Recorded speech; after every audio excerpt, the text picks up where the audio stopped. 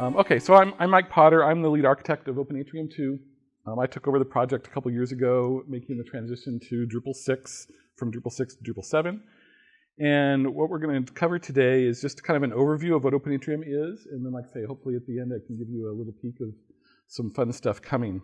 But basically, Open Atrium it's an open source collaboration software framework used to build intranets, portals, any kind of collaboration system that you might need for your organization, whether it's an intranet or it's a project client communication system or a learning management system, any number of different types of use cases. It's very flexible. Open Atrium has a long history. Open Atrium 1 was written many years ago by a company called Development Seed. Phase 2 worked with them actually to deploy Open Atrium in the White House a long time ago. We used it as an internal project, not really project management, but more of a client communication tool. So instead of sending stuff through email and having stuff stuck in people's email boxes, you do stuff online in a collaborative manner with Open Atrium. But it was a bit antiquated. It was obviously Drupal 6, which is approaching end of life. It was very locked down in its feature set, hard to customize. The theming was difficult. We used to joke, someone said, wow, people must really like the theme in Open Atrium 1 because we see it used everywhere. And well, it wasn't that they liked it, it was you couldn't change it easily without completely breaking the whole site. So, be careful how you use your statistics sometimes. So anyway, so in moving forward with Drupal 7, we kind of reevaluated the whole thing and decided that what we really wanted to do was build the best collaboration system we could in Drupal 7 and approach the same use cases as Atrium 1, but not actually worry about like porting the code or sharing the code. And to try to go after some larger use cases, so make it more generally, more flexible. And one of the big focuses in the re-architecture was on data privacy. That these days when you're doing collaboration makes no sense unless you can really control the privacy of who you're collaborating with and what information are you exchanging. We wanted you to be able to have an Open Atrium site that was both public-facing and private-facing. In Open Atrium 1, if you wanted to do that, you had to run two separate sites. So here we want it to be on the single site. One of our design philosophies was proudly invented elsewhere, which is something WebCheck talks about a lot in Drupal 8 in terms of using things like Symfony. We use that same thing in Open Atrium. We have a very small number of people working on this. We want to leverage as much as we can that's best in class of Drupal. So for example, we build Open Atrium on the Panoply distribution. And Panoply is a distribution of Drupal 7 that uses panels, and you'll see it in one of the other slides in a bit, for customizing the layout. So they do custom drag and drop layout. They also include a WYSIWYG editor. So like I did not want to spend my time developing another WYSIWYG editor for Drupal. They've already done that. They've solved that problem. So let's use as much as we can, and let's focus on the problems that haven't been solved to build a collaboration system. We made it very plugin based, so it's extensible. We didn't want to have to, do this again for Drupal 8 in terms of re-architecting. We wanted to be able to plug that in. And we recognize that a lot of times in your institutions where you're trying to deploy Drupal for solving problems, you've already got existing systems, and you're not going to necessarily replace all those systems today. Whether you've got SharePoint or Alfresco or different types of systems out there, you want to integrate with those and not just replace it. It's easier to get adoption that way. And then we really focused on the front end, the theme layer. So instead of kind of choosing a standard Drupal theme, we kind of went out of the box and picked a Bootstrap-based theme, because if you go ask themers outside of the Drupal world, what do you do stuff in? They talk about Bootstrap, they talk about Foundation and things like that. They don't care about Drupal themes. What that means is our theme is now responsive out of the box, so it's good for mobile, and there's a lot of people out there that know how to work with it. I can't just hit space to go. So where do you get it? So of course, this is all free. This is open source. You can go to drupal.org/project/openatrium. That's the main project page. You can download it from there. There's also a lot of learning resources there in terms of webinars and so forth. You can also get it on Pantheon if you want to take it for a quick spin. The installer for Atrium is actually quicker than the normal Drupal installer. It installs Atrium in about 2 minutes after the Pantheon stuff is done. But if you go to getpantheon.com/openatrium, tell it what the name of your site is, in less than 5 minutes you'll have an Atrium site. So there's no barrier of entry here. Here's the kind of general history of the project. This is the Drupal.org project statistics for Open Atrium. We began development 2 years ago. We released the initial alpha version at DrupalCon Portland. Last year, about a year before now, we released the public version at BadCamp.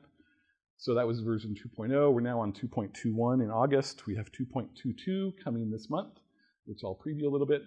And you can see the adoption curve there.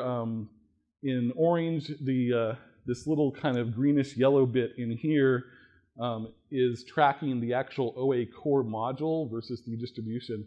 There was a period of time last summer where the reporting statistics of the update module on Drupal.org were a little funky for distributions, but we can also track the modules being used in Atrium for consistency. The blue line is what's happening with Commons these days, if you're curious, which is also a distribution that tries to do some collaboration stuff. So we've gotten a big increase in growth just in the past year. We're starting to see a lot of adoption. And at phase 2 specifically, we've done it for a lot of big clients. Talking about the kind of terminology and building blocks, what does Atrium 2 provide you? What it's really doing is it's letting you build your website focused on how you want to structure your data. So you spend a lot of time on your information architecture, figuring out how do you want to structure your website, whether it's departments in a university or offices in a corporation environment, projects in a project management kind of situation.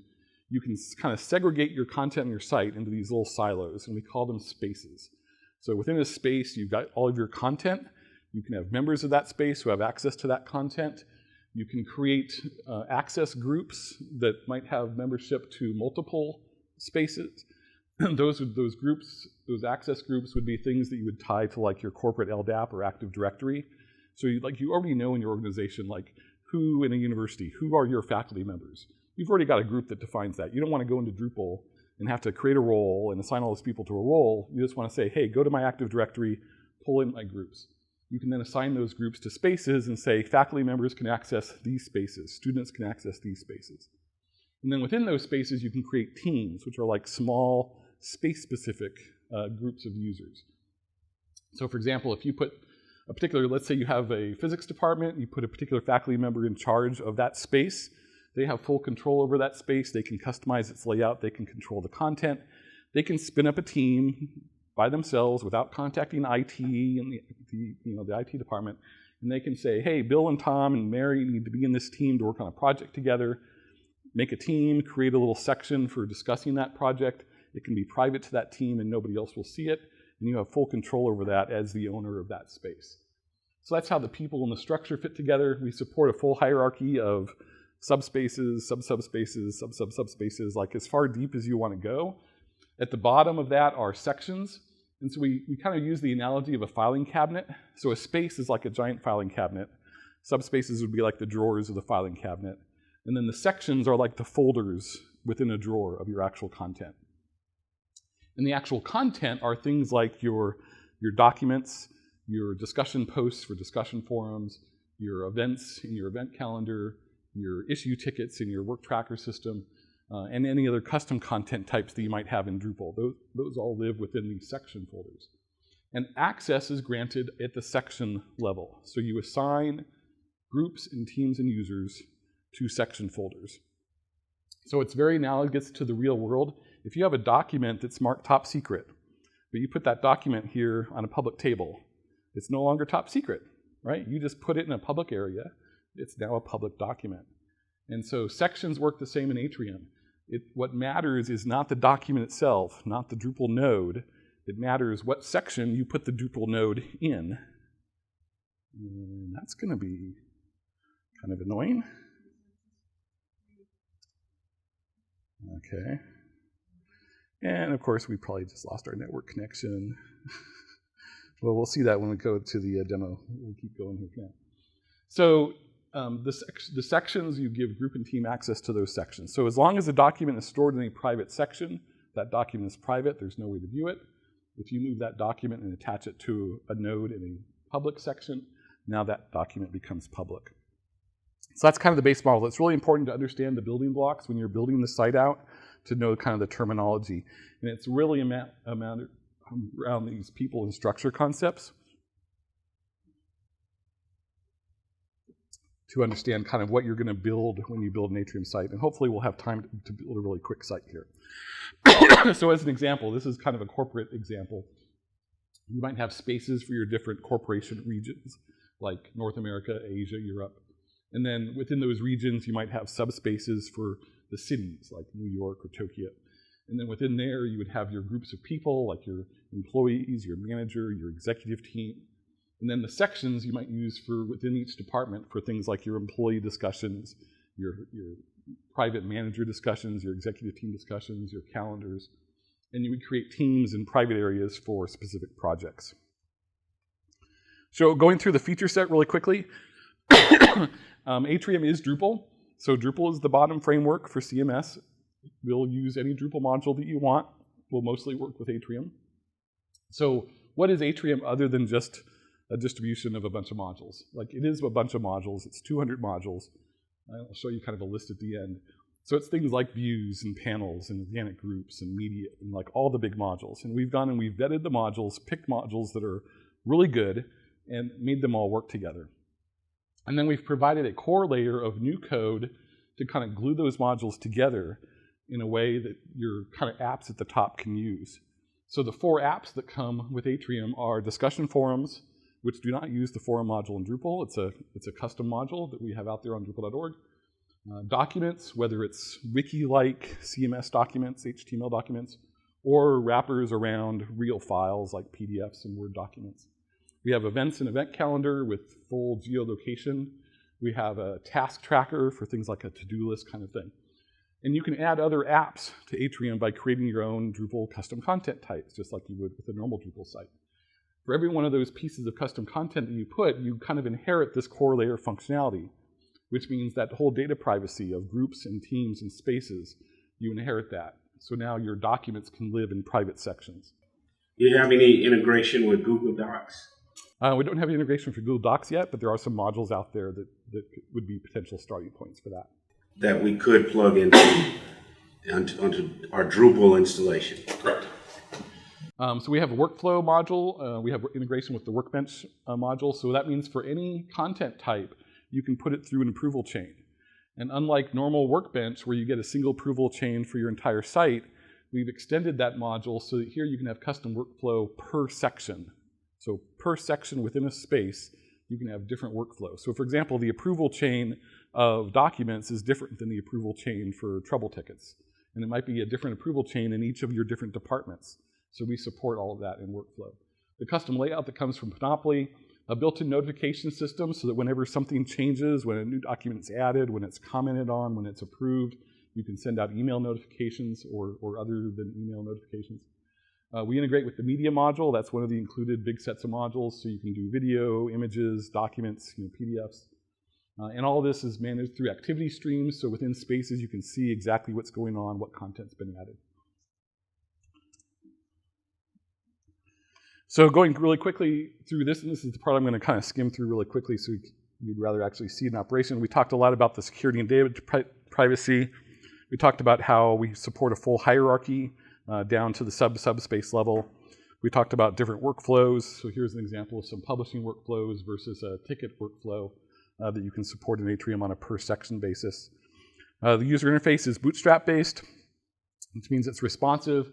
The main interface of Atrium is this top toolbar, because your pages are going to look like pages. When you put content on a website, what your content looks like is kind of up to you. We're not going to really control that. We're going to kind of just have this top level header bar as the main interface. It keeps track of where you are, so you kind of have this breadcrumb across the top. So it shows you like your home. I'm in the physics space, which is within the physical sciences school. If I was in a discussion section, it would show me that. You have a button for adding new content, which is context sensitive. It always knows what kind of content you're allowed to create at any given time. So you don't see the full list of the Drupal add content page with that confusion. And your search bar, your favorites, your user badge for logging in and out.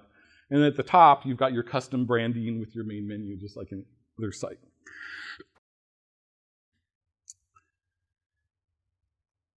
The layout's customizable via Panoply, so you can, if you're the administrator of any space, you have buttons for customizing your space and your layout that you can use to drag stuff around, create multi-column layouts, and all that kind of stuff. There's 31 different layouts that are all responsive out of the box.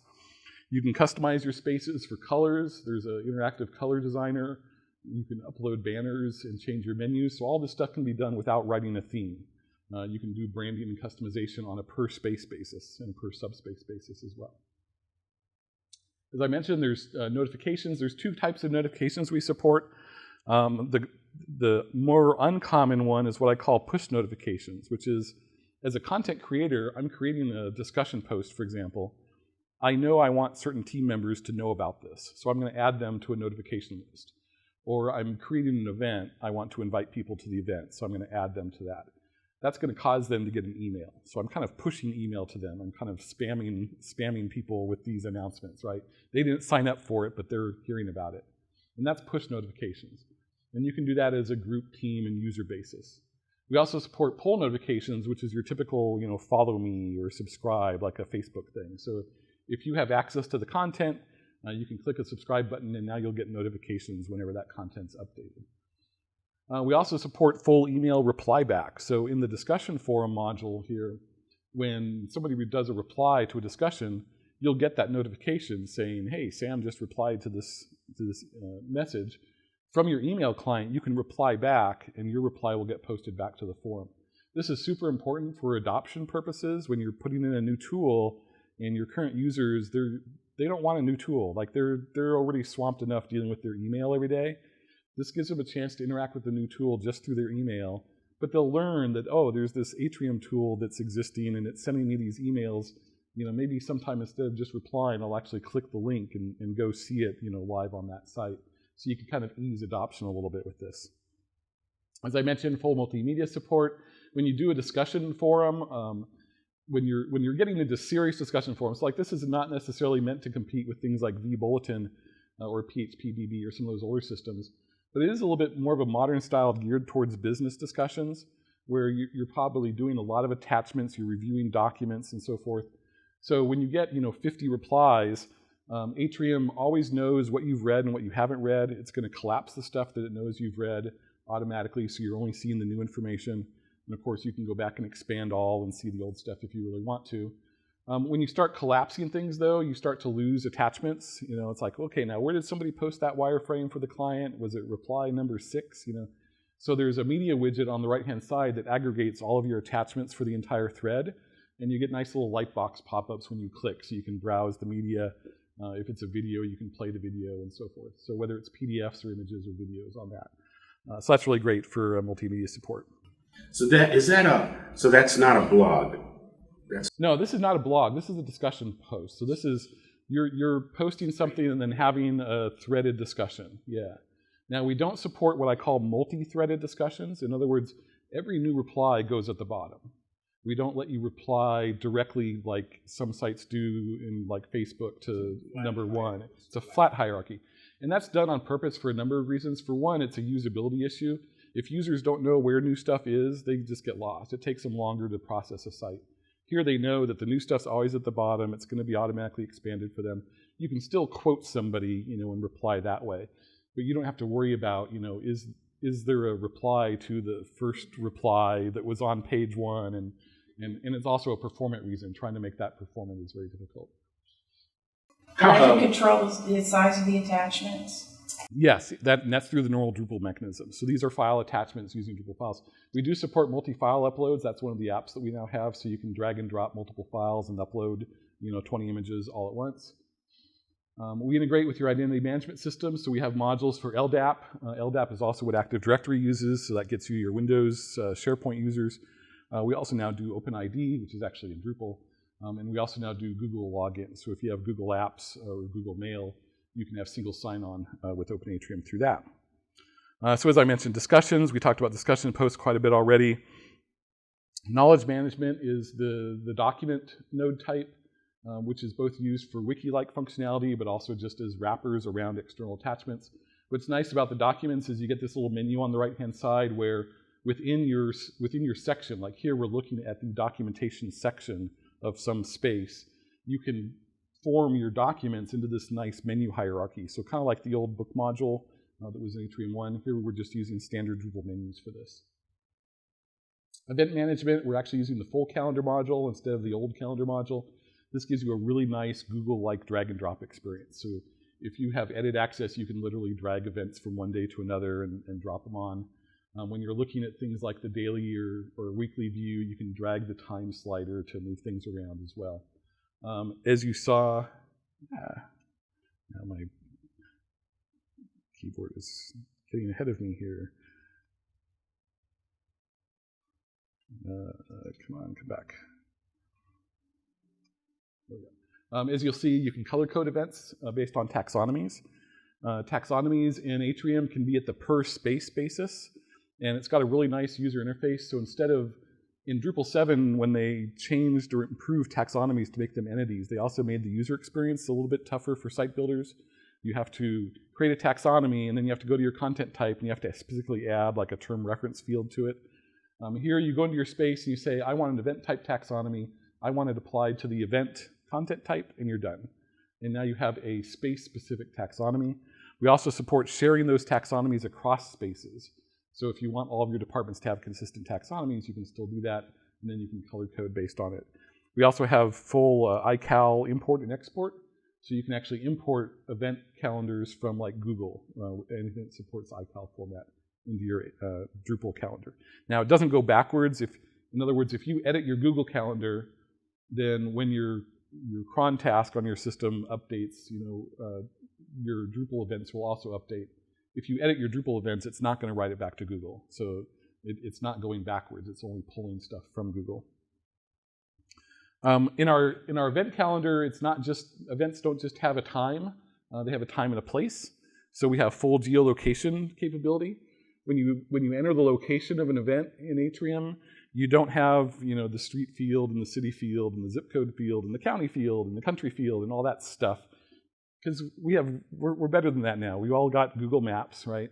And you can just type a free-form text field in, and it goes to a geocoder service, which defaults to Google, and it figures out what you mean. So in this case, this event I marked as Phase 2 Technology, Alexandria, Virginia, and it created a map for me for Alexandria, Virginia. I didn't have to put in my exact address or anything like that. We also recognize that events are more than just a physical location these days. They're also a virtual location. So you can put in a little break line, and then after it, you can give it like, here's my GoToMeeting webinar link, and it will also use that as a location, but it won't confuse Google when it tries to make the map. The work tracker is a simple issue tracker or to-do tracker. It's very similar to like the Drupal project queues, if you've used those before. You can assign a ticket to somebody, you can give it a status, a priority. All of those fields are customizable on a per space basis. So if you don't like the type of tasks or the priority of tasks, you can change those. But this is a very simple system. There's no workflow embedded in this. Anybody who has access to this section could assign it to anybody else in that section. There's no strict approval chain. You would turn on the workflow module to do approval chains for this kind of thing. So really quickly, and then I think we'll be able to get to a quick demo. Some common questions is, especially for people here that raised their hand for Atrium 1, can you upgrade from Atrium 1 to Atrium 2? And sadly, the answer is no. We have not solved the problem of the one-click upgrade of Drupal 6 to Drupal 7, and we also will not solve Drupal 7 to Drupal 8. We all know those are very hard problems. What we can say is, you can always get your data out. There is a correspondence between things like the notebook module in Atrium 1 kind of is the documents in Atrium 2. The blog in Atrium 1 is similar to discussions in Atrium 2. Events are events. Case tracker is now work tracker. So there's similar functionalities. But the nice thing is with the new kind of section ability, you can have multiples of those. So in the old Atrium 1, you could only have one discussion, and that was it. Now you can have multiple discussions in the same space and control the privacy of that. So you might not want to just port things over directly. And I kind of encourage people, when it's been a few years, and typically it's probably been 3 or 4 since you did Atrium 1, it's probably time for a re-architecture of your site. Take a fresh look at who your audience is, look at what their needs are today, what are their mobile needs, what are they trying to get to, do it a little design facelift, and use Atrium 2 kind of as a fresh start to give you a new experience and not just do a straight upgrade. A lot of people are interested in Drupal 8 for good reason. In fact, at these cons and camps, there's just a lot of attention on Drupal 8. They just went beta at Amsterdam this week, which was great. But that means that they're not actually going to have the release until early 2015. And so I get asked a lot, well, when is Atrium going to be available for Drupal 8? And as you'll see, Atrium uses about 200 contrib modules in Drupal. And the release of Atrium, or the release of Drupal 8 is great, but that's just Drupal 8 core. There's no contrib modules for that. It has some built into core now, like views, but things like panels, organic groups, there's no media module. You know, all of those things are going to take time to develop. If I look back at the history, it took about 2 years for those to get developed for Drupal 7. It's probably going to take at least that long for Drupal 8 because Drupal 8 is a much larger change for the module developers than Drupal 7 was. Drupal 7 is going to be around until Drupal 9 goes stable. So I'm saying at least 5 years, and I'm not taking any bets on how long that goes. It may be that Drupal 7 is out for a very long time. So I think it's still a very viable product for people that actually care about getting their business or their community online. Don't get too hung up on the underlying technology. In fact, I went out and I just went to the Drupal 8 page and I said, okay, what is Drupal 8 telling end users or site builders? You know, this is why you should use Drupal 8. These are the new cool features. And they don't talk about things like Symfony and object-oriented and all that kind of below-the-scenes stuff. They talk about things like, well, it's mobile ready because it uses HTML5. Well, Open Atrium uses HTML5 today and has Bootstrap and Navbar also. It's multilingual out of the box, which is awesome, because right now in both Drupal 7 and Atrium, you have to go install a bunch more contrib stuff or get a service provider for multilingual. So that's still hard. So Drupal 8 does still have a foot up on that. They have better configuration management because they have CMI. Well, we have features today, and I'm actually the features maintainer, so I think features is great. Features is going to probably be very, very different in the Drupal 8 world. But it will still exist in some sense, but you can do configuration management today out of the box because we include all these modules that are not in Drupal 7 core. So we're Drupal 7 core plus all this other stuff. They talk about built-in web services. Atrium's actually using the same REST-WS module that Drupal 8's using, although I think we're about to upgrade that to a better module that's come out since REST-WS. They talk about effortless authoring, this kind of edit-in-place WYSIWYG. Yes, they finally have a WYSIWYG in Drupal 8. Congratulations. We have a WYSIWYG, obviously, in Atrium. Fun and fast theming, we do Bootstrap. Drupal 8's doing Twig. We have views, of course, which is in core of Atrium, or of Drupal 8. So on and on. You can see that there's a lot of feature comparison that if you actually want what Drupal 8 provides for an end organization, you can get that today with Open Atrium. So it's kind of like, think of it like Drupal 7.5, but it's still pure Drupal 7. And then there's a bunch of stuff they don't talk about for Drupal 8 because they don't do it, that you get in Open Atrium. Things like the multimedia support. There is no multimedia support in Drupal 8. It's still going to be contrib modules. It's going to be a rewrite of the media module. It's going to take a while and be painful. We've got that today. They did not put a layout system in Drupal 8. And we have Panoply today. They do not have the granular data privacy that Atrium provides. You would have to add that. So on and on. There's a good case for just, you know, don't worry about Drupal 8 too much. Start with Atrium with Drupal 7.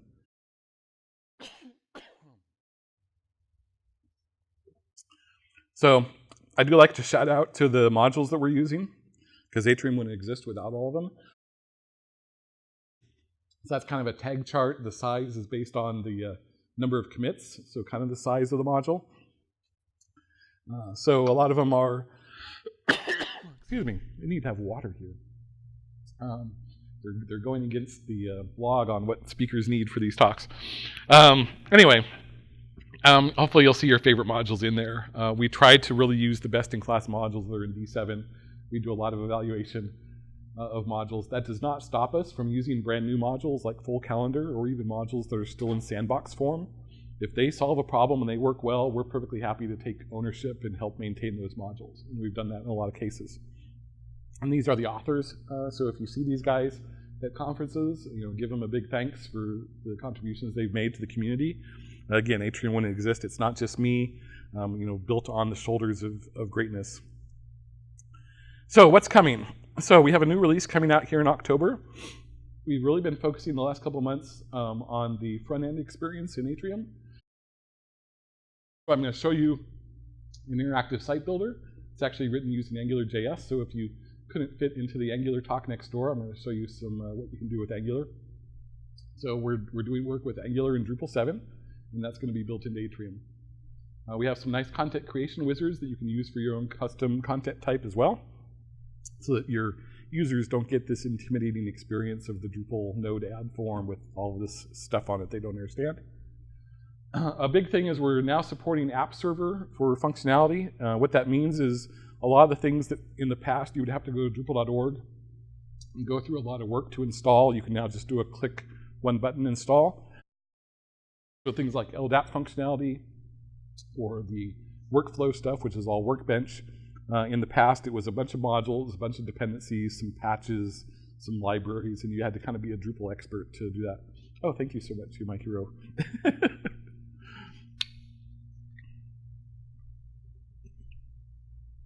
I'll show you really quick our new responsive toolbar. Even though Atrium was meant to be responsive with Bootstrap, the toolbar had some issues. So we've done a huge improvement on that. We're now based on Bootstrap 3 instead of Bootstrap 2, because nobody's actually doing Bootstrap 2 really much anymore. And of course, lots of bugs and improvements. The roadmap beyond that, we're obviously continuing maintenance. We try to do releases every month. This has been a 2-month cycle. She beat you to it. Thanks, though. So we try to do releases every month. We're looking at improving the document management experience. This concept of attaching files to nodes, users just don't really get that.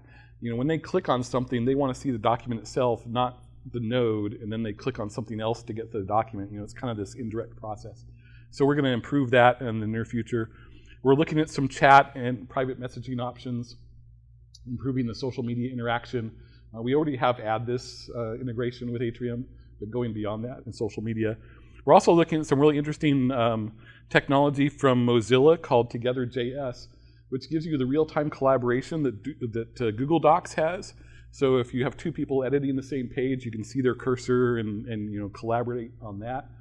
It's exciting because this would let you do it without necessarily going through Google. So if you're an internal, you know, corporate behind a VPN firewall, you'd be able to run your own server for this. So anyone want to see sneak peeks? Okay, all right, we got a few minutes left. So let's pop over to a browser really quick.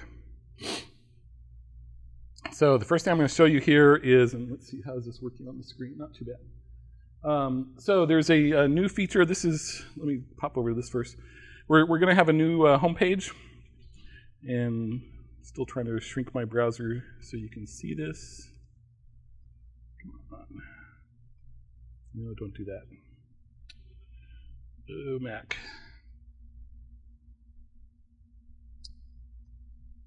Let me resize, please.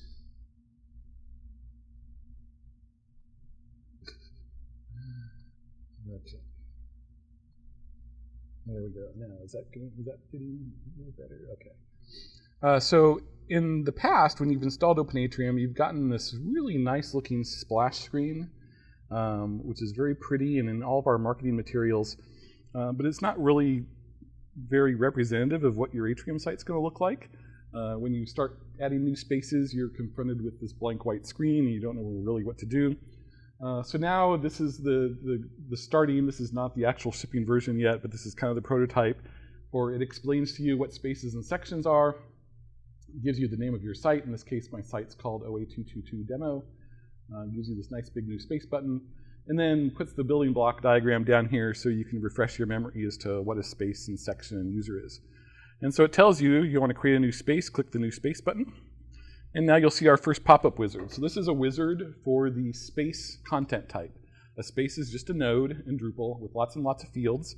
But really what you need to start with is the title and whether you want it public or private. So we're going to call this, for example, the English department. And we can click next, and now it says, do you want this to be public or private? And we'll just leave this public for now, and we'll click publish. And there's the English department. We'll now create a new space called physics. And we'll publish that. And we'll create a new space called engineering. And if you've used Atrium already, you'll notice how much quicker and easier this is than normal. Okay, so now we've got some top-level spaces. So now we go click down on the English department, and you can see we've just traversed down this little tree. So here's where we were, and now we're in the English department. We can scroll side to side. If you imagine a mobile device swiping left and right, we can scroll over to the physics or the engineering departments that we just created and scroll back. We can create some subspaces here. So maybe the English department has, a special projects space that you want to create some content in, so we can make a subspace for that. Or maybe we just want some new sections. So now this is the wizard for the section content type, which is another node type, similar to spaces. So we're going to call this our event calendar. I'm going to go click next. And it's going to ask us what type of section do you want. And you can see the ones, those 4 that we ship with: calendar, discussion, news, and tasks. We're going to make this a calendar. We're going to click next. And now it wants to know who can see this, who's visible. And now this screen size is going to be a problem. Because now I can't, there we go. So now we'll publish that. So there's our event calendar. Let's create a homework discussion. And we're going to make that a discussion section. And we're going to publish that. And I'm fine having homework be available to anybody in the space, but now let's create this little private area for the teachers to have a private chat. So we're going to call this the private teacher area. And we're going to make this a discussion section. But now for section visibility, I've created a group where I've put all my faculty members. So I'm going to select the faculty group, and I'm going to publish that. Okay, and now that's an area that only the faculty will be able to access. If you're a student and you've got a homework assignment in the English department, you'll be able to see the homework discussion, but you won't be able to see the private teacher area. And so this is just how you kind of go about. You click on spaces to go down or go up. If I go over to a site with a little bit more content. Can you still add content to that topmost? Yep. You sure can. What was that, the demo? So here in a lot of my webinars, you've seen me do my physics space demo. And so this is actually left over from my last webinar, where we have down in this physics space here, which has its own domain. You'll notice it says physics. Oh, and is it going to still let me access? So my network stayed up, yay. Good. So you'll see that my physics space has its own domain name, physics.university.com, if this was a university site, as opposed to just a generic university/physics, which is what Drupal would normally do. And I've got a whole bunch of content. You can see I've posted some stuff. I've got my recent activity stream of kind of everything that's happened in here. Like I say, it's kind of messy because I use this for all my demos. You can see the add this widget that we've got for social media integration. But if I just go over to the drop down here and select the sitemap option, it takes me to this new site builder for the space. And so I can now see the red circles show me my sections that have private access. The green circles are the ones that are public. And I can drill down into my subspaces and see their sections as well. And I'm seeing this as the space administrator. So, I'm the administrator of the physics space. I don't care about my entire university site. But if I have access, which I do right now because I'm admin, I can click full sitemap. And now it's going to take me to the same physics space, but within my full site. So now I can see that physics is stored within the physical sciences, which is stored within schools, which is stored within the site. And in this case, I was showing a demo where each space can actually override the name of the site. So while you're in the physics space, the name of the entire site is called the physics department, as opposed to whatever university name it is. But I can scroll up and go to physical sciences here, where I can see there's physics and chemistry.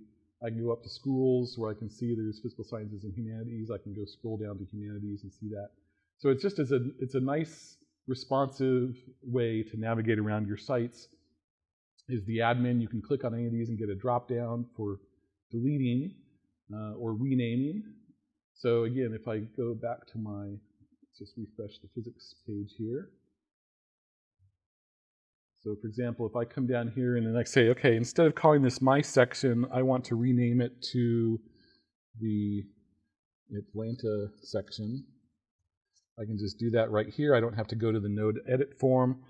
I can actually drag stuff around. So maybe this research and resources section actually belongs down under research projects. So I can just drag it down and drop it under research projects. And now there it is under research projects.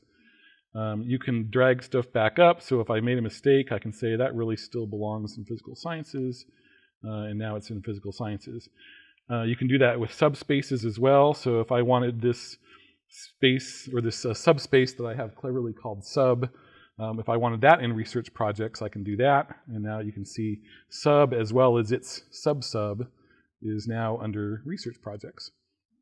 So this was the kind of stuff that if you've played with Atrium 2 in the past, you've spent a lot of time in node edit forms and in node creation forms trying to understand your full site architecture. Now you've got a really nice interactive tool for viewing that and manipulating it and editing things. And then you can still, of course, go and view your actual content, like the faculty discussion, and it takes you straight to the page. Now here's your discussion topics, and you can go view a particular discussion post, and then you can see all of the replies that have been made to this. They're all, of course, collapsed because I've already seen all of these. Here's that media widget over here on the right that's aggregating all of the different media, like all of my wonderful cat pictures. And so you can scroll through and see that. And if you go to a video, I don't know if I have a video attached here. Yeah, here's a video, and of course you get a video player embedded right there. So that's kind of the basic discussion functionality you've probably seen already. So then the last thing I want to show you here, two things. One is the apps. So if I now go up to admin and select apps, and this may take a moment to load, we have Open Atrium and Panoply apps. So we go to Open Atrium, and now this is the page that's going to be slow, and we'll cross our fingers that our wonderful Wi-Fi here doesn't mess up on us. There we go. So it lets us categorize apps, which is something we just recently added to the apps module if you're familiar with it from Open Public. Here's the 4 main apps. You can see that they're all enabled. We can now go to this core add-on section. We don't have icons for them all yet. These are modules that are all included in Open Atrium, but they're optional. So some are enabled, some are disabled. It's kind of up to you which ones you want to use, but they're all already downloaded for you.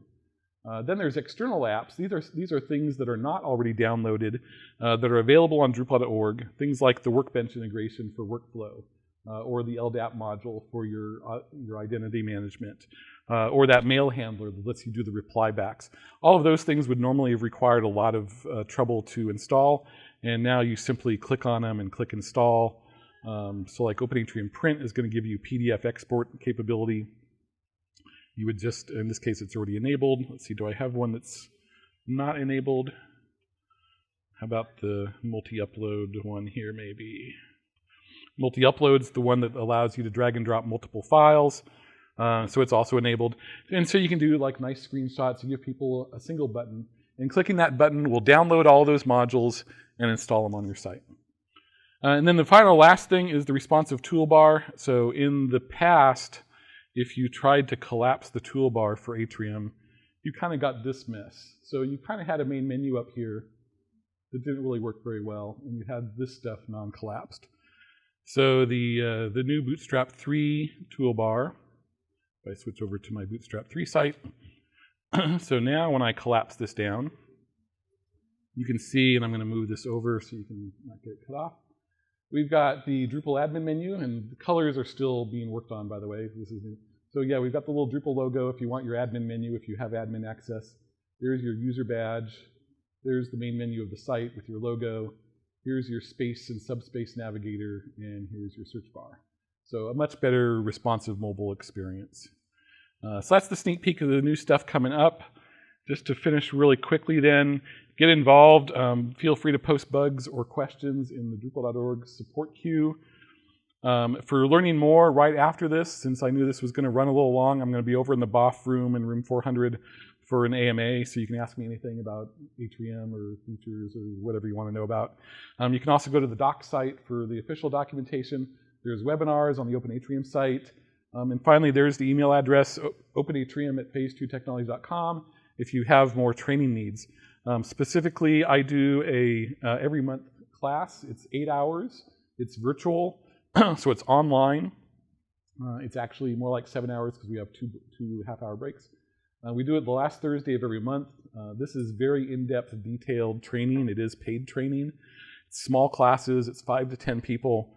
I customize it really based upon who comes to the class, but this is kind of an overview where we go through how to build out the information architecture for your site, how to fit that into Atrium, and then we install Atrium for everybody, so everyone's sitting in front of Atrium doing hands-on, creating spaces, doing layouts, building discussions. At the end, depending upon the level of the class, we can get into advanced customization, like how do you create new modules for Atrium, how do you create new widgets for the pages, and so on. So it can go into great depth. So let us know if you're interested in that, and we can get you more information. And now we're actually a little bit over time, so I'll say let's take questions over to room 400, and thanks very much for coming.